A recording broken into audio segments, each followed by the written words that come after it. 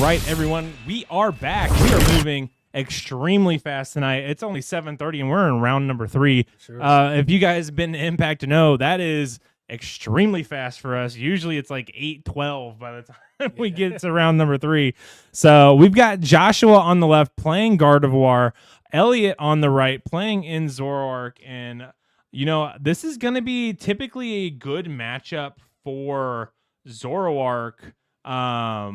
But it all kind of depends on what build of Gardevoir that Joshua is playing.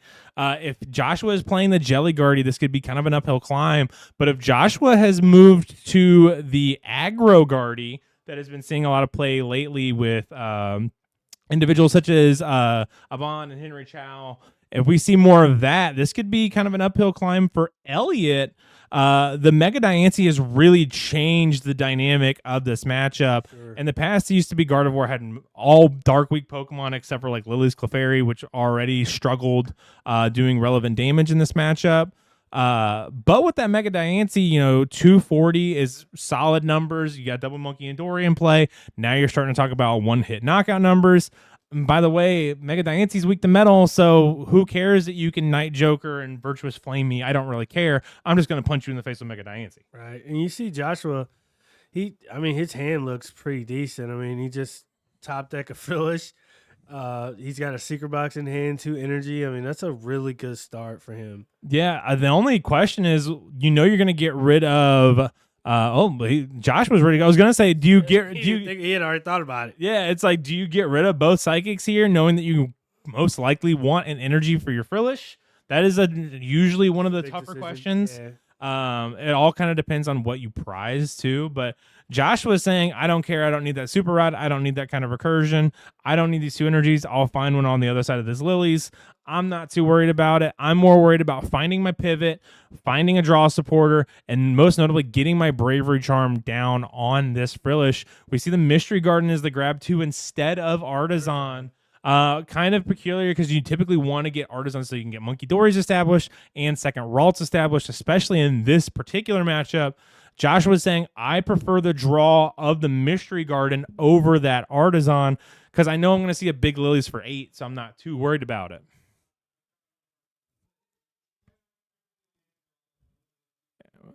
And I think, too, he doesn't want to get rid of that rare candy, which it depends on how many rare candies he's playing. I know Guardy lists have been going up to 3 rare candy. Mm-hmm. So for me, I think getting rid of the 1 rare candy when you know you still have 2 left in deck might have been a little bit more high value.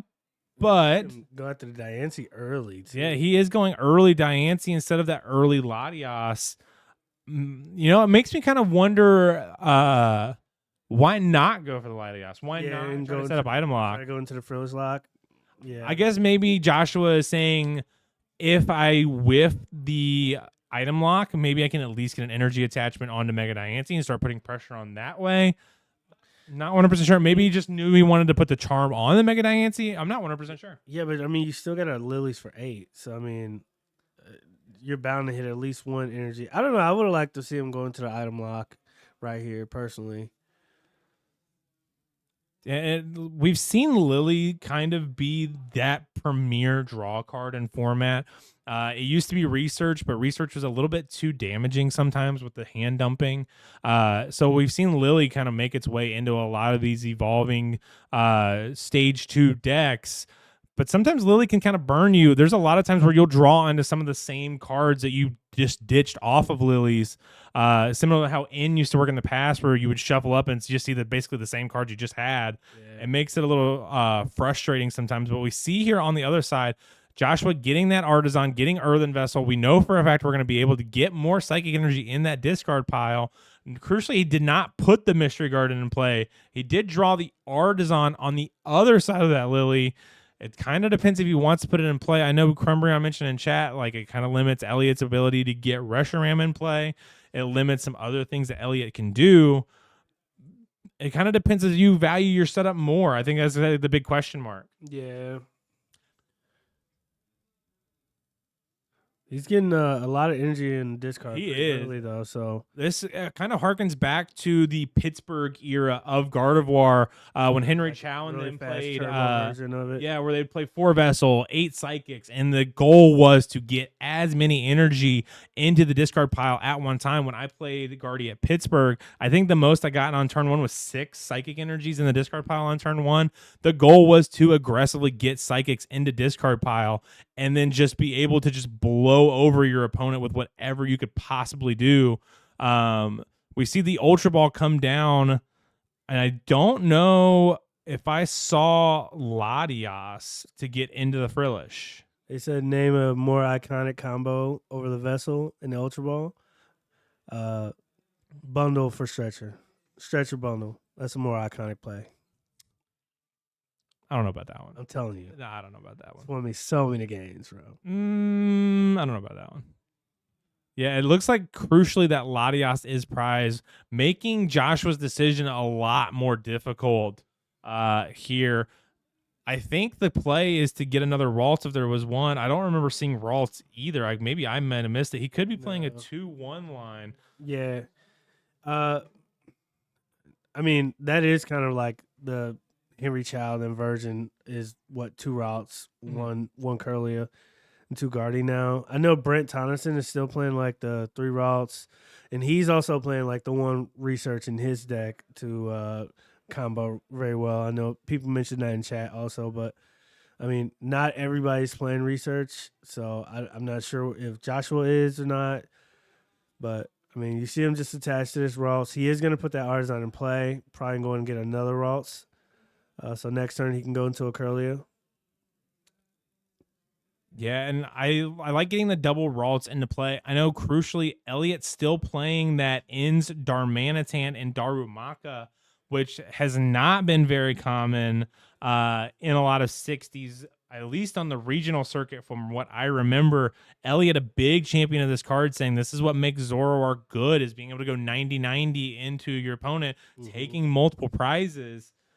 You know, that's a very powerful play if you can get it off. I think a lot of people have been turned off by the fact that you have to discard all energy from it.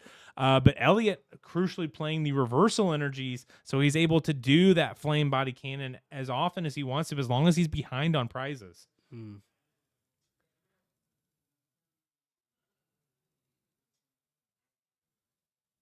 Okay, so let's see him. Not sure what was he searching for. Did he play the buddy buddy off of that? I must have missed it.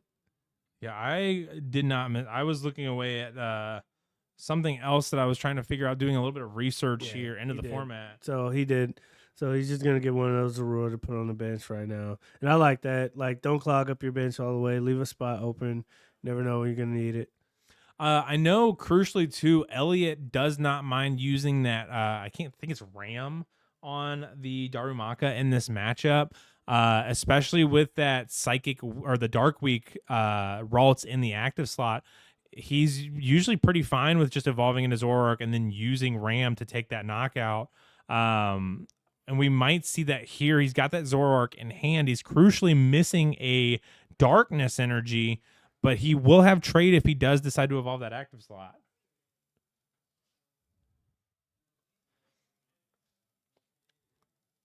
And we see him evolve the benched one so he can start trading away cards. And we see a trade of the Okie Dogie EX, not a card we typically see very often. Yeah, he's not going to really need that in this matchup either.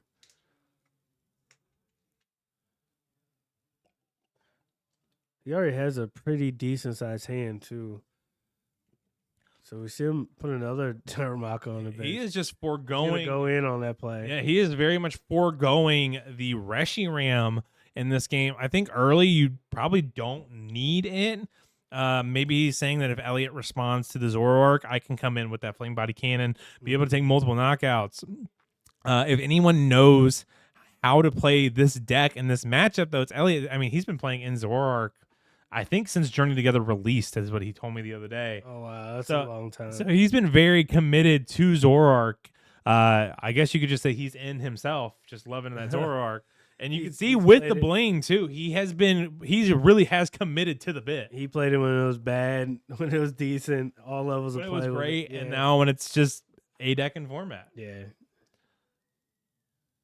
Seeing that Ultra Ball come down, getting rid of the Artisan. Big question is, what's the other thing that you get rid of? I know he plays, I think, multiple ends PP up, so getting rid of Darkness, especially because you have a couple in hand, isn't the worst idea, and that is what we see him pitching that Darkness energy.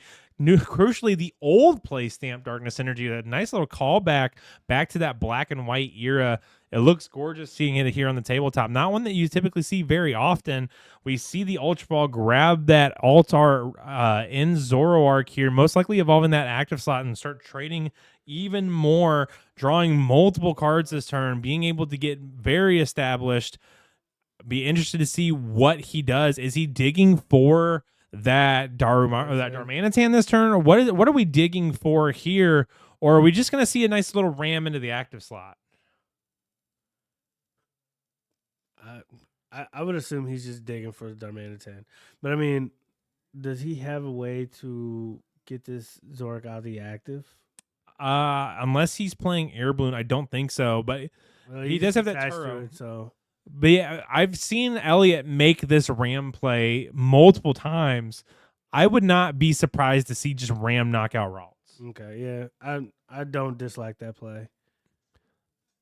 All right, and then that's exactly what we see. We see that ram knockout into the Ralts with the Zoroark going down to those 5 prize cards. Basically saying, Joshua, all right, do you have Rare Candy Gardevoir this turn? If not, opens you up for a boss's orders play. We see Joshua using that Artisan here too, searching his deck. I don't think he's playing the 3 Ralts. I know the 2/1/2 has kind of become the more common Gardevoir line. So we're gonna see I think a Monkey Dory grab. He grabbed the monkey off the Artisan. I personally like the 3 Ralts still, honestly. Yeah, there's been plenty of situations where I've been testing the 2/1/2, and I don't prize one, and there's so many matchups with Gardevoir where 1 Ralts and 1 Gardevoir is just okay until you get the second one into play. Yeah. So I'm not Henry Chow. I need my 3 Ralts.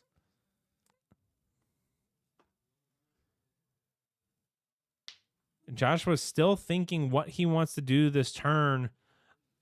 We could see a Lily's hoping for Rare Candy Guardy.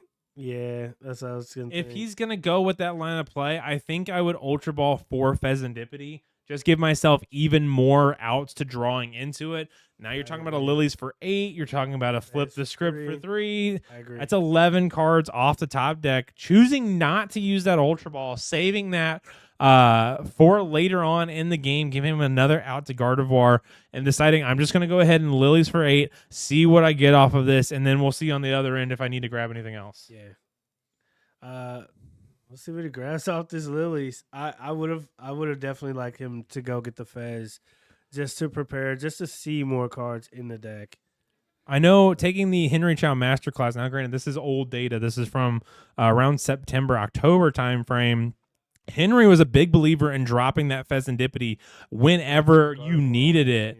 And it was just one of those things where Fez just kind of kept you in the game and allowed you to do these big wombo combos out of nowhere. And we see Joshua not grabbing the Fez has put him in an awkward spot. He doesn't have anything. So he still got the Curlia, which is good that he's able to keep advancing his board state. But now you're suspect to a boss's orders, or you're suspect into Joshua just taking just another knockout into you with that flame body cannon. And granted, I think the only thing he can really knock out on that bench is that Frillish and set up this active Mega Diancie for later on in the game. So you'd only be giving up 1 prize, but do you really want to give up multiple prizes just slowly building your Gardevoirs up into play? I don't know. Yeah. This is already a tough matchup for you. You don't want to give Zoroark even more time. More time for them to thin with trade. More time for them to be able to find the cards they need to put you out of this game and set up a checkmate scenario. Yeah, it's already an uphill battle for you.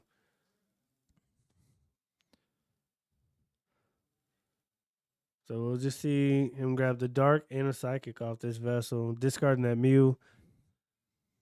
Yeah, the Mew. I don't think the Mew really helps you much in this matchup. So it's a great pitch. Honestly, you don't need that restart to draw most of the time. Usually, you use your Mew to genome hacking, copying things like a Burning Darkness, copying things like uh, Blood Moon, whatever you need to copy to take big knockouts. It's usually what you use Mew for. The restart's kind of like a oh crap Hail Mary type play. It's not really a play that you use to draw cards. So I like getting rid of the Mew here, getting it out of the deck. You don't need it. Might as well. Yeah, and you see him just make the Frillish a sacrificial lamb, push it up. See the Turo of that Cleffa too, just basically saying, I'm not going to let Monkey Dory beat me by taking free prizes. Yeah. You don't need the Cleffa anymore. You might as well go ahead and pick it up with Turo and then start drawing with trade, seeing if you can find that Ends Reshiram. You have the Artisan in play, so you're guaranteed to get it this turn. So might as well start putting pressure on Joshua with that Virtuous Flame. Yeah. And we see that he grabbed it. Yeah, he traded right into it with that first trade. I'll be interested to see what Elliot's thoughts are after this match about some of the new support that Zoroark is getting, namely that Zekrom that's supposed to push up that damage cap a little bit further with Zoroark. Kind of surprised we're getting it this late into its lifespan. I mean, it's not super late; it's 1 year in, but it's a year that he could have used. Left with it's a year he could have used Zoroark. That's true. I mean. But they got 2 years left with it, so I mean they're fine. It's just weird to me. Like, why wait a whole year before you give it to us? I mean, yeah, I agree. I mean, and we see that attachment onto that bench Zoroark, basically saying, Joshua, I know this is already a bad matchup for you. How do you feel about me having 3 Zoroarks, 1 fully powered up, and me starting to power up the next one? It's rough. It's a rough situation to be in, especially like, I mean, he's going to go down to 4 prizes and you just see him. Wait, did he boss? Didn't he Toro this turn? He did Toro this turn. I think Joshua is reminding him that you can only play 1 supporter per turn, good sir. See that bench of the Ends Reshiram, kind of the cornerstone and the backbone of the deck. It is Zoroark's main way of doing sufficient damage to stay relevant in this meta. And we see another knockout with that Night Joker copying Virtuous Flame, pushing Elliot down to 4 prizes. Joshua still at 6. And crucially, Elliot not being able to knock out the Curlia this turn. Yeah. You know, it makes you wonder, too, if... So he has to get a Guardian play. I mean, he knows Elliot has that boss in his hand. So. You know, it makes you wonder, too, if Elliot should have not turret up the Cleffa this turn and said, hey, Ram is doing 50 damage. That's enough to knock out Curlia. Let me see if I can dig for boss's orders and then knock out the Curlia, put Joshua down another turn. I'll just pick up the Cleffa sometime later. Yeah. I get the reasoning, though. I get you don't want to give up the free prize with Monkey Dory, but... Joshua's not really in a position to use Monkey Dory at this moment. Yeah, and you see him go grab this Fez. In this case, I would like him to try to get an Iono off of this to maybe put that boss, you know, I mean, because just in case you don't get the Guardy or you don't hit it, you know, at least you're resetting Elliot's hand. Well, he's going to need a big flip the script here. We see the Gardevoir. I think we see Lily. I cannot tell what that last card is. Looks like Nest Ball. An Ultra Ball. So that one thing that looked like a Lily to me was actually a Nest Ball. Unfortunately, we see this second energy attachment to Monkey Dory. So this Mega Diancie is going to be able to knock out this active Zoroark with Psychic Embrace onto the active and then double Adrenal Brain, moving those damage counters onto Zoroark and then just using that Garland Ray attack to do gigantic damage into that 2-prizer, evening up the board for Joshua here. Yeah, and that Diancie's a big girl. I mean, with the Bravery Charm on it also. I would almost like to see Joshua overload that Diancie. I know he did not do it, but I would have liked to see him overload the Diancie, basically tell Elliot, if you boss up my Gardevoir this turn, I'm going to be able to respond with another Garland Ray because I'm going to be able to move damage counters over because you know that Elliot can't take a knockout onto Diancie at all because of that Diamond Code ability, the HP that it has, and the HP buff of that Bravery Charm, especially because you know Elliot is holding boss's orders. He's going to punish you. His energy attachments aren't that fast either, so he would also need like ends PP up Mhm. the following turn on the other Zoroark. So it's like you're racing him at that point. So I agree. I do think he should have just uploaded or put more energy onto this Diancie and just sat on it. Yeah, because like if you overload the Diancie here, put 4 energy on it, you're gonna be able to Adrenabrain 60 damage over. You're gonna still have damage counters left to manipulate that next turn. He's doing 240 with Diancie. You only have to move 4 damage counters. If you overload 2 extra energy onto Diancie, now you're only talking about 8 damage counters. You can move 4 this turn, move 4 next turn. That's your 2 knockouts into Zoroark, and you have time to reestablish Gardevoir for that last 2 prizes of the game. And you don't even need to put Gardevoir into play because you can just manually attach 2 Mega Diancie and just say, you don't have a way to take this out. Right, and you see him boss up that Guardy, so he's definitely going to take that out this turn. And I think that might have been kind of a backbreaker for Joshua because he didn't overload that Diancie.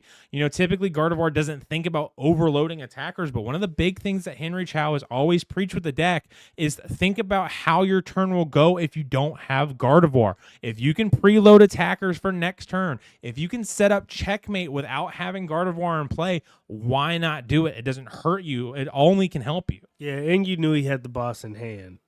Yeah, because he flashed it for you the turn Yeah. before. So yeah, you can see he's kind of scrambling now. Yeah, because in this spot, there's nothing that Joshua can really do. Now, Elliot is bench locked, so there is a world where you retreat the Diancie and swing with Monkey Dory, but Diancie doesn't have any energy on it, so you're going to have to attach a fine Latias, and we know that Latias was prized earlier, so you can't even really go in with a Mind Bend play. Right. This is just a really rough spot for Joshua. I don't want to harp on the fact that the overloading the Diancie was the correct move, but his board state would be significantly better if he still had that Diancie attack. He would just be able to go ahead and just fall out and make another knockout. And like I said, Elliot doesn't have anything else going on for his bench. I mean, he would have to push somebody else up even to use that MPP up if he even grabbed that. So his attachments would be a lot slower than Joshua's. And by that time, Josh could get something else set up, move some more damage with monkeys, whatever. Well, and then crucially, too, he had a darkness energy in hand. Garland Ray doesn't specify that it has to be psychic energy discarded. It just says energy cards. So you could have loaded that darkness energy up onto that Mega Diancie this turn. If you would have overloaded it, you'd have the 2 psychics. You'd have a dark energy on it. You remove a psychic and a dark. Now all you have to do is find a psychic or rare candy in the Gardevoir. That would have been the line of play that would have kind of solidified Joshua and put him kind of in a checkmate scenario into Elliot, saying, Elliot, you do not have a way to deal with this Mega Diancie. I would be going down to 2 prizes. You don't have a way to one-shot me. Right. What would you do if you're Joshua in this spot right here? Oh, man, that is already a lot. I mean, oh, man, if you're Joshua here, because I would scoop it up, honestly.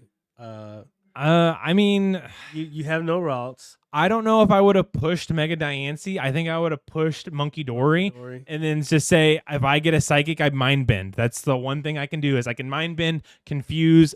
Elliot doesn't have a way of Petra running because his board's clogged. We've already seen the Turo go down. Mind Bend is the only thing that buys me time. Yeah. And then basically you're telling Elliot, because he doesn't have any energy on his Zoroarks, now you got to find energy in PP up in order to even swing into me this turn. And if you do, you're only taking a 1 prizer. That gives me time to reestablish Ralts. I would have liked to see the push of Monkey Dory Mind Bend. I think that's for Guardy players. That's always your Hail Mary is I have Mind Bend to at least buy a turn. And we see Crumbreon mention the same thing. I actually just started looking at the comments right after I said that. Crumbreon agrees. Mind Bend is the thing. That is your Hail Mary. That is your get out of jail free card. You usually have 1 per game as long as it's not a missed energy Charizard, which that was a thing for a while. You see, that's your get out of jail free card. You see Scott piggybacking off of Crumbreon also with the same Mind Bend. He's played a lot of Guardy too, so yeah, I mean, this is what do you do? I mean, you got 3 monkeys. You have no way of getting energy into play. I mean, you're just sitting still, honestly. Yeah, and we didn't even see the darkness energy attached to that Mega Diancie, so you can move it next turn.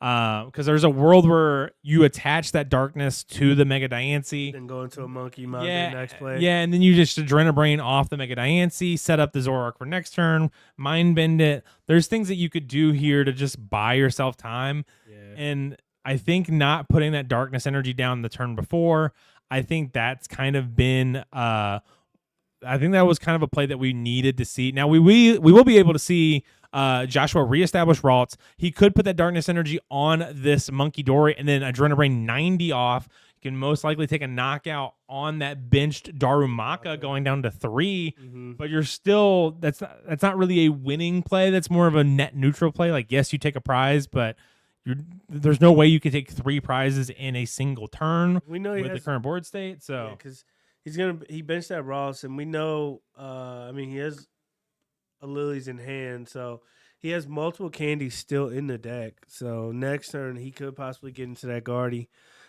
if Elliot doesn't boss it. yeah, and I think there was a couple lines of play that Joshua could have done in the mid to late game to kind of make this game, I wouldn't say salvageable, but make this game a little bit closer, a little bit more lines of play that could have made this game kind of where it's kind of a toss-up, kind of a 50-50 if Joshua can reestablish the Guardy. Like, if you were able to use the Mega Diancie to knock out that Zoroark last turn, say you do the overload play, you get the Ralts reestablished, whatever, right? Now you're at 2 prizes. If Elliot doesn't have Gust this turn or that turn on your Ralts, okay, that's fine. Like, now you have a winning board state, you have a winning plan. But because we didn't pre-attach to this Mega Diancie and we didn't promote Monkey Dory, we have a 3 prizer just kind of stuck. It's not really doing anything. It's not really helping you. Right. And we already see that he can't attach again because he attached to Monkey Dory this turn. And we're just going to pass it over, not really advancing our board state any further than, okay, I have Ralts. Please don't gust it. Yeah, he's praying. He has Candy Guardy in hand, so he is definitely praying for no Gus on this one lone Ralts. Now, I don't know how many Bosses Orders Elliot plays. I think he's already played 1 or 2, I think. Played, what, 2 or 3? I can't remember. I know we saw the counter catcher go down. Yeah. I don't know if Elliot has cut his, like, I know some lists will split boss and counter catcher. I'm not sure He's what definitely Elliot's digging 60 for is. something, so I think he's digging for the boss with this Poke Gear. Yeah, I think based off the line of play he's taking, and it looks like he got the boss's orders, so he's going to be able. Actually, he could win the game this turn if he bosses up Monkey Dory. He can use Flame Body Cannon and take the final 2 prizes to win the game, which is unfortunate. We see the boss of the Monkey Dory, and we're going to see a Flame Body Cannon here using that Darmanitan that we called out earlier in the game to take the final 2 prizes, basically telling Joshua, yeah, all I really needed was that boss's orders. I kind of already had the game. It just kind of depends on how it goes. And we see just a really dominant game here from Elliot. There were things that Joshua could have done to make the board state and make the game a little bit closer. But unfortunately for Joshua, I just didn't see those lines. They are kind of niche lines. I mean, you don't really think about putting extra energy in play when you don't need to. I know, like we called out earlier, Henry Chow is a big proponent of doing that. Trying to overload your board, always playing like, what do I do if I don't have Gardevoir? Right. I think that's one thing that separates those upper echelon of players that we see at the regional constantly do well with Gardevoir is they think, how do I play fast to make sure I finish all 3 games? And if I lose Gardevoir this turn, what do I do to reestablish my board? How do I fix things? Right. I think that's something that I guess most players that are playing Gardevoir for next 2 months, Yeah. they should probably think about it a little more. Like, hey, how can I go forward, or what does my board look like if they do this? I mean, he saw the boss in his hand the turn before because he tried to play it after he played the Toro. It's like, he's gonna go after the Guardy, so why not preload early? But I mean, that's just something to think about going forward as Joshua, if he's gonna play his deck for the next 2 months. It was already into a bad matchup, which is Zoroark anyways, but I mean, it could have been a lot closer. Yeah. if he had made that play correctly. But that was our round number 3. We're going to be heading to the finals here in a little bit. We are burning through this night here at Impact Gaming Center. We're going to go ahead and cut to a brief intermissions just so that way we can get a little bit caught up and do some things like, drink some water and go to the restroom while we have a little bit of extra time here. Just thank you guys for hanging out with us. We appreciate all of the comments that we are getting from you guys. It is a lot of fun hanging out and chat when you guys are active. So we just appreciate that, and we will see you guys here in a second. All right, don't go anywhere.